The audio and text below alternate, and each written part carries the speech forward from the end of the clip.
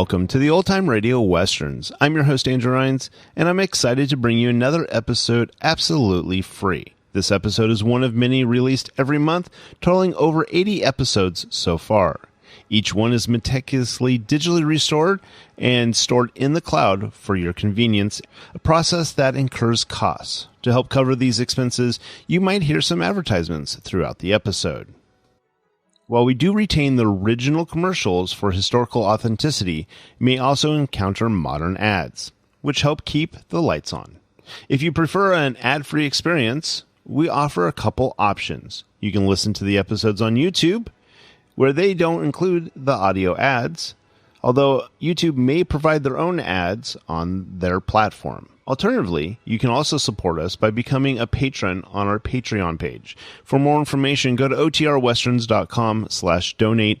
Again, otrwesterns.com/donate. I do want to emphasize that we are committed to providing this content to you for free, but also we have to be transparent about the financial realities to bringing this to you. To those of you who are already supporting us, we extend our heartfelt thanks. Your contributions make it possible for us to continue doing what we love. And as a final note, I did want to mention one last thing. If you are paying for a service, let's say like Audible, and you're listening to this show on that site, they do not provide any financial or monetary means to this podcast. We provide it to them as a way for you to be able to listen, but they don't help us in any way.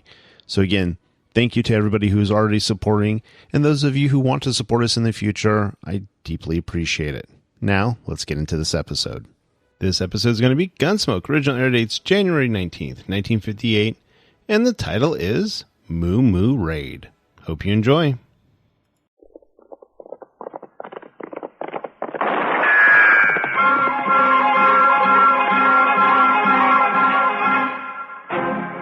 Around Dodge City and in the territory on West, there's just one way to handle the killers and the spoilers, and that's with a U.S. Marshal and the smell of Gunsmoke.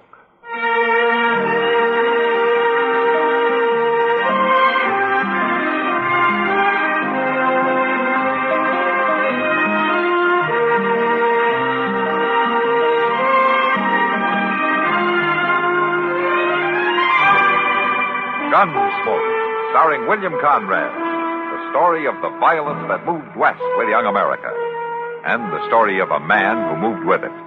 I'm that man, Matt Dillon, United States Marshal. The first man they look for and the last they want to meet. It's a chancy job, and it makes a man watchful and a little lonely.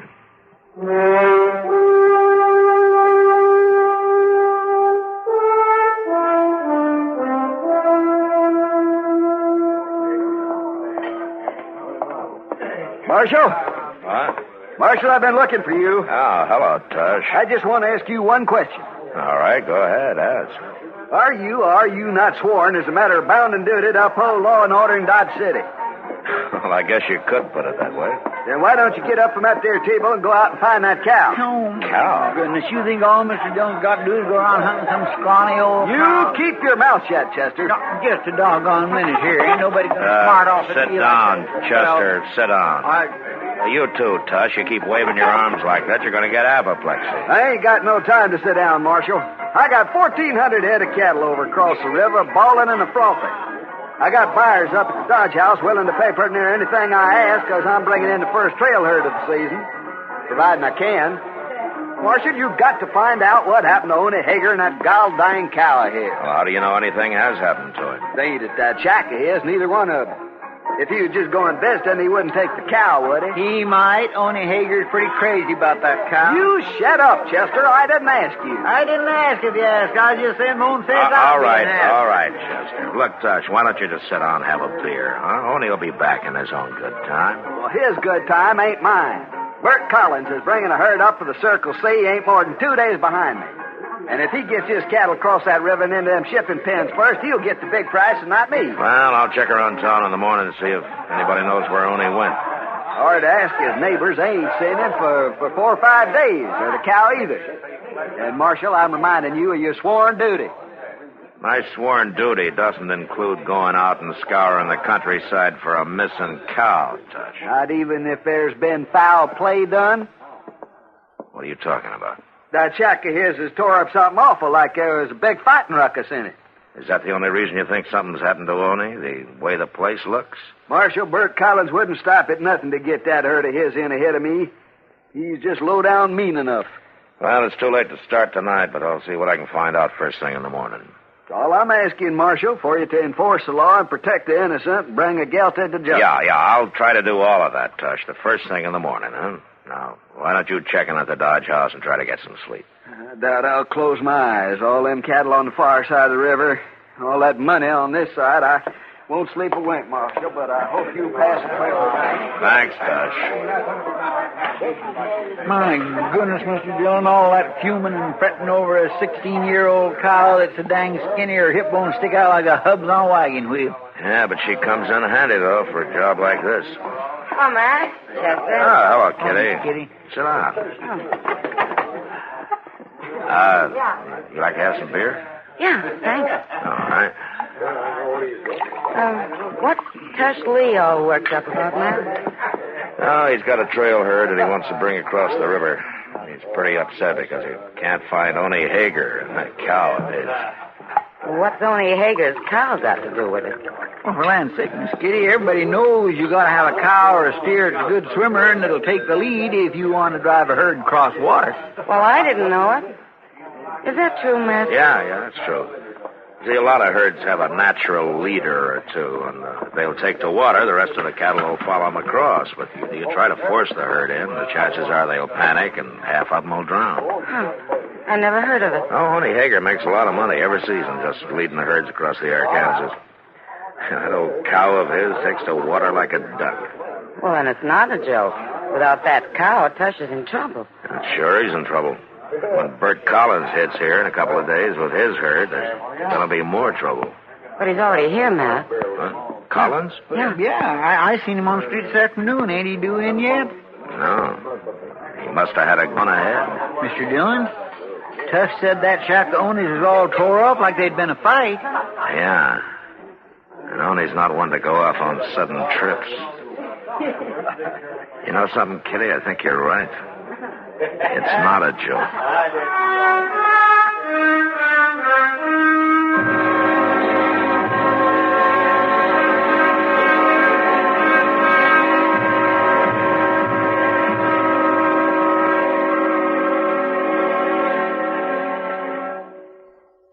Now, just listen a minute. If you will. I've got a little story to tell you. Well, it's not so little. It's sort of a tall tale. It's about a drought-busting weather conjurer named Feebold Feebleson. Why, they say Kansas never had a drought that he couldn't bust in 24 hours. They say he had at least 100 different ways of doing it, too. Once, when it got so hot that folks had to spend half their time in some lake to keep from drying up and blowing away, old Feebold figured it was time for a little rain. Well, he thought on the problem for a while. Then he went out and built huge fires all around the lakes and kept them a-going until the lake started boiling and the water got to vaporizing. These vapor clouds rose up from the lake so fast they slammed into one another and started raining all over the place. Well, sir, once primed, the rains came again and were soon back on schedule. Feebold saved the country that time. That wasn't the only time that Feebold saved the country either. There were others, too. Like the time he used the noise method to make rain. Oh, he didn't use cannons and rockets and the like. He was original. He used frogs. Now, Feebold realized that frogs wouldn't croak unless they were good and wet, so he hypnotized a couple of them and told them it was raining. Well, sir, it would have done your heart good to hear them frogs croaking with joy and spreading the news around. Soon every frog in the country was croaking as loud as he could, which was loud enough to give an Indian rain god a skull-splitting headache. Well, the amount of noise turned out to be just right, and the rains just poured down. Of course, old Feebold could only use that method once a year, because so much rain would come down that the frogs would get washed clear down to the Gulf of Mexico, and it'd take them near a year to get back home. Rain, fog, sleet, snow, heat, or what have you, old Feebold had a way to handle the situation. Why, I remember the time that... No, I hadn't better tell you that one. Why, it's almost unbelievable. And I don't want to take a chance on making you think that I might stretch the truth just a little bit. Say, isn't it nice being citizens of a country where you can laugh and talk about things free as a breeze? And write and read and worship, too. Yes, sir. Maybe you don't think about it much, but you should.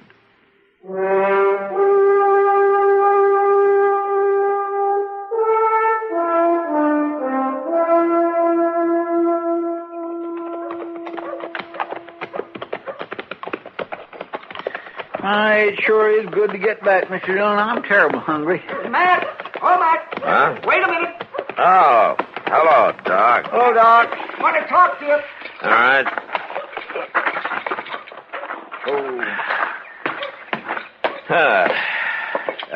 Chester, you go on ahead if you want. I'll meet you at the restaurant, huh? Well, I am feeling pretty empty, Mr. Dillon. Yeah, I'll go on in. I'll see you later, Doc. Yep, right, Chester. What's on your mind, Doc? Well, Matt, what are you planning to do today? Work, same as the other 6 days every week. Work? Oh, work. You mean sitting down there in that jail office with your feet on the desk? No, not today, Doc. I gotta track down a cow. A cow? A cow, that. See, Matt, you come along with me.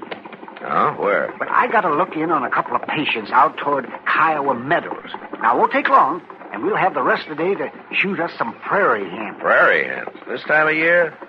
Doc, the only prairie hen around here right now are holed up in the plum thickets so deep that a weasel couldn't even get to. Now that's just where you're wrong. You know how Kiowa Meadows is protected by that bend in the river?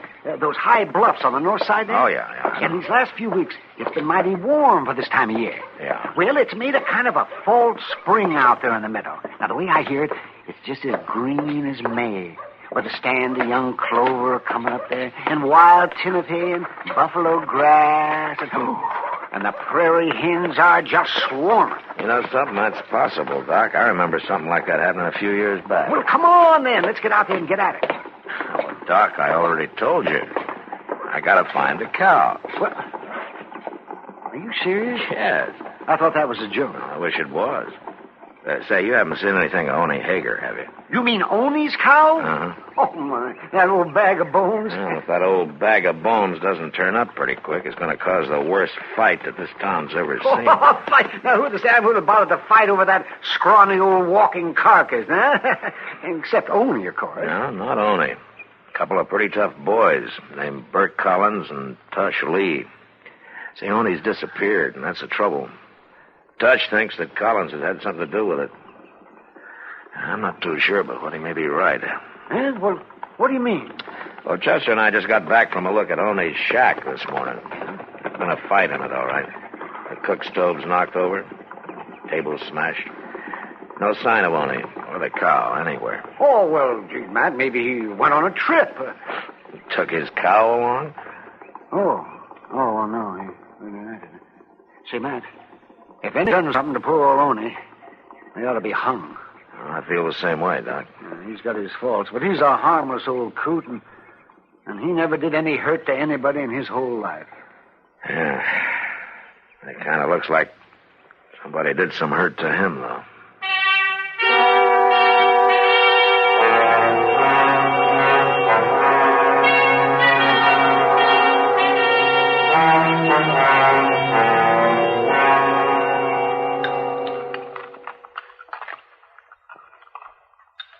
I just don't seem to have no appetite at all lately, Mr. John. Yeah, I noticed that, Chester. You only had 6 eggs. Well, I don't mean I don't eat exactly, but I just don't seem to relish it so much anymore. Ah, I see. Well, maybe if you cut down on the quantity a little bit, maybe...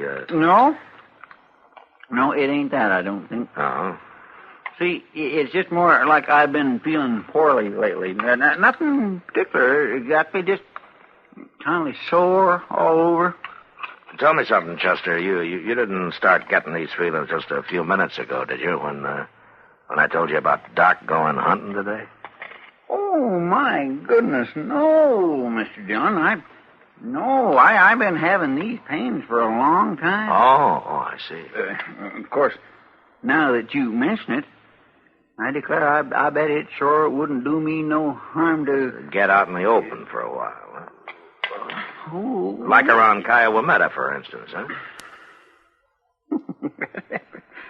Prairie hen makes mighty good eating. I heard you say that yourself many a time.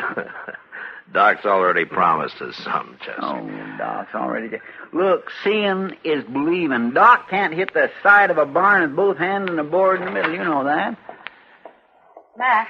Hello, Kitty. Matt, you better get over the Long Branch right away. Oh, why? What's wrong? Well, Tush and Bert Collins over there, sidling around each other like a pair of tomcats. It's going to bust loose any minute, Matt. Come on, Chester. I got some flapjacks here. Well, bring them with you.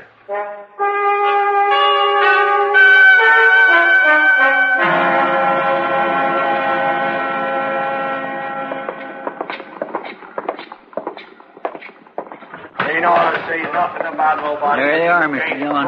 Yeah. Everybody knows what kind of people some people are, and with them kind, proving ain't needed. Well, now, man had never had no friend his whole born days. Shouldn't ought to expect nobody here to agree with him. Matt, if we get another mirror broke Well, I this month, see we it. might as Man well ain't close like up. you. We'll see what we can do, Kitty. You stay here, Chester. Yes, sir. I'm Want some saying you made flapjacks? off with Ona Hager and that cow of his, and more than likely you done him in. Now, that's a lie. And I'm going to break you in pieces for it. Well, you can start whenever you're All ready. right, hold it, both of you. Huh? Well, there's your murderer, Marshal. Do your duty now. Marshal. A man shouldn't ought to go telling lies about somebody, had he? What are you doing in town, Collins? I thought your herd was still a day or so south of the river. Well, I rode in ahead. Wanted to talk to them cattle buyers. Come in to steal that cow and murder Ona Hager. That's what he done. Have you seen Oni, Collins? Why'd I want to see him? I got 2-3 good swimmers in my herd. You gonna arrest him or ain't you, Marshal? I'm afraid I haven't got much reason to, Tush. All right. I'm gonna take the law into my own hands. I wouldn't advise that, Tush. I give you your chance, Marshal. If you ain't gonna do your job, I'm gonna bring my boys into town. We'll do it for you. Tush, come back. Well, now. Crazy fool.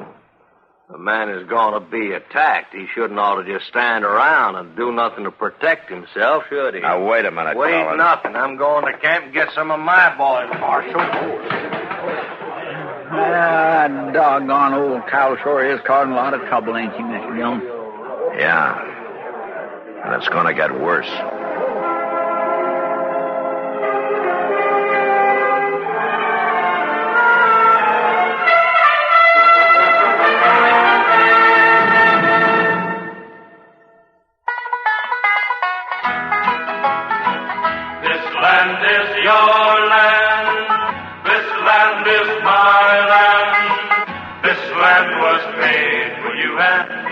For all that we tend to group Nebraska with one or another of the states, the Cornhusker State has many characteristics which are strictly its own.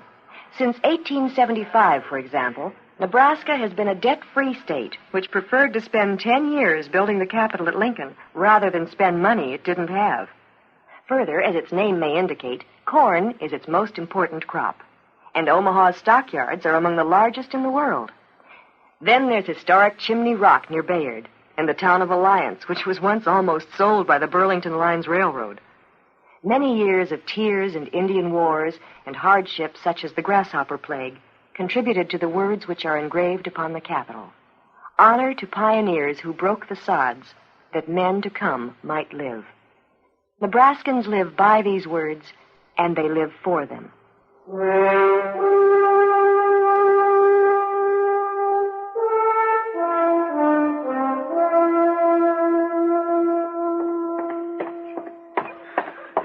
Listen, like this just keeps my nerves tore to pieces. Just... Mr. Dillon?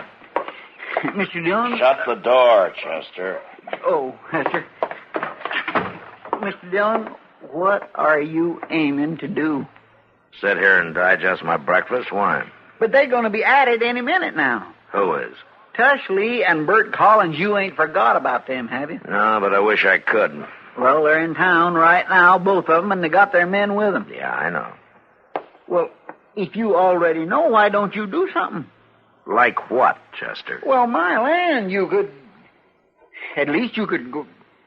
Well, maybe if you couldn't do that, you...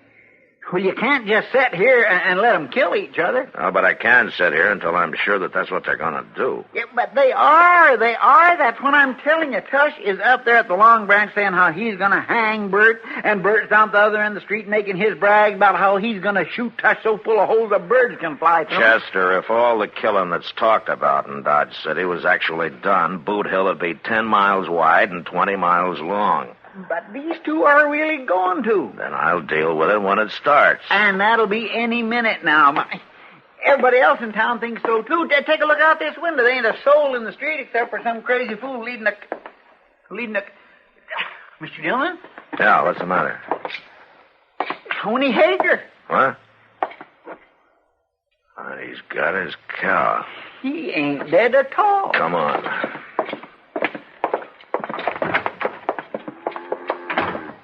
Hey, Arnie! Wait up a minute, will you? And look, there's Tush at the door of the Long Branch there. Yeah. There comes Collins and his men. It's him. Morning, Marshal. Chester. Morning. Looking up to be another mighty pleasant day now. Or wouldn't you say so? Yeah. It's a fine day, Arnie. Where have you been? You know, me and Ida Bell here has been up to Kiowa Meadows for a few days. Kiowa Meadows? Oh, my goodness, it's just like spring up there. It's all new grass and fresh clover, and Ida Bell ain't at nothing but dry feed all winter. It's just done her a world of good. Ain't that right now, dearie? Hush! What? Come on out here. You too, Collins. And both of you come alone. You had any excitement around town while I've been gone, Marshal? Excitement? Oh, no. None to speak of, Arnie. Things have been pretty quiet. Only, did you see any prayer hand up in Kiowa Meadows? Oh, my, yes. There was just scads of them. I'm mighty glad you got away from him, Oni. Did he hurt you bad? Oh, now shut up and listen to me, both of you. Before you start taking the law into your hands again, Tush, you better stop and think for a minute. Only's only been away on a little trip. Collins here had nothing to do with it. What? It's true.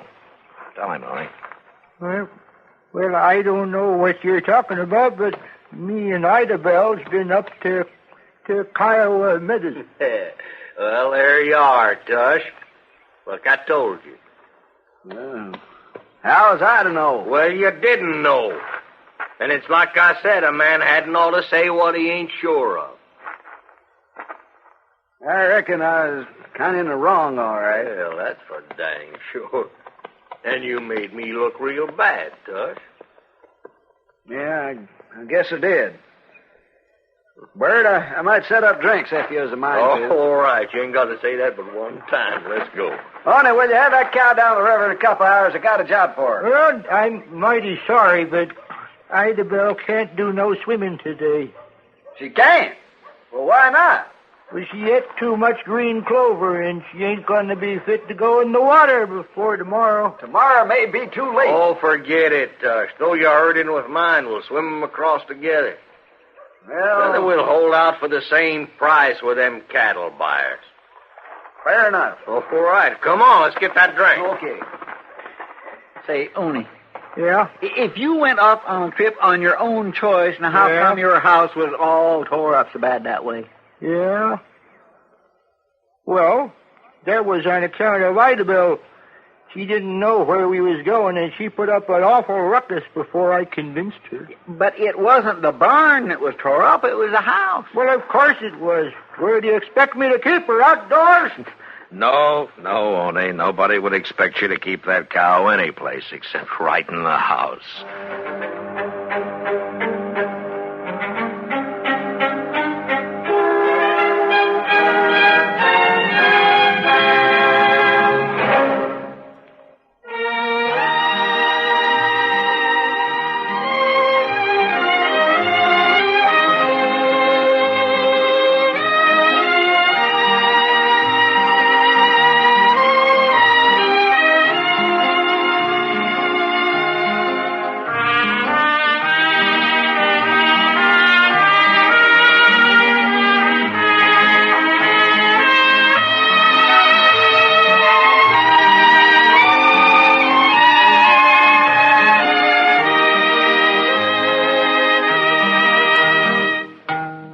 Gunsmoke. Produced and directed by Norman MacDonald.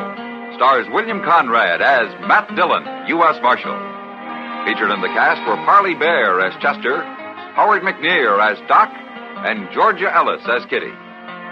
George Walsh speaking. Join us again next week for another specially transcribed story on Gunsmoke. This is the United States Armed Forces Radio and Television Service.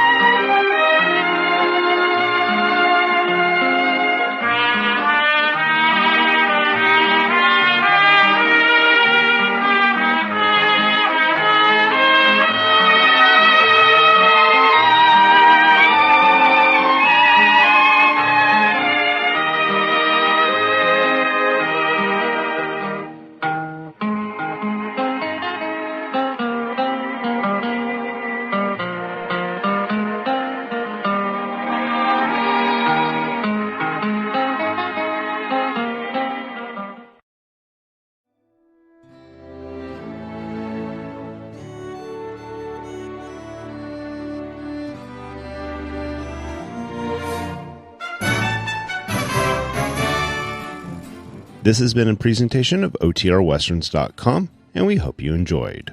Please take some time to like and rate our shows in your favorite podcast application. Follow us on Facebook by going to OTRWesterns.com/Facebook. Subscribe to our YouTube channel by going to OTRWesterns.com/YouTube. And send us an email, podcast@OTRWesterns.com. You can call and leave us a voicemail, 707-986-8739. This episode is copyright under the Attribution Non-Commercial Share Alike copyright. For more information, go to OTRWesterns.com/copyright. Have a great day, and thanks for listening.